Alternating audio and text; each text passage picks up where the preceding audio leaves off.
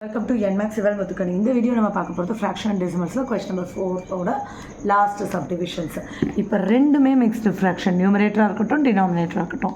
அதனால எதுவும் வித்தியாசம் கிடையாது. அது இம்ப்ராப்பரா மாத்தணும். Quotient divisor 3 5s are 15, 15 plus 1 16/5. இங்க divided by 3 1s are 3 plus 2 5/3. So அவ்வளோதான். இதுக்கப்புறம் நம்ம அதே தான் பண்ண போகிறோம். என்ன பண்ணுவோம்? 16/5 divided by 5/3. Next step la multiplication ka maathambodhu 16/5 3/5. So numerator oda multiple pandrom, denominator oda multiple pandrom. 16 3s are 48, 5 5s are 25. Same concept. 2 3s are 6, 6 plus 1 sorry idu 5. 2 5s are 10, 10 plus 1 11/5 divided by 5 1s are 5, 5 plus 1 6/5.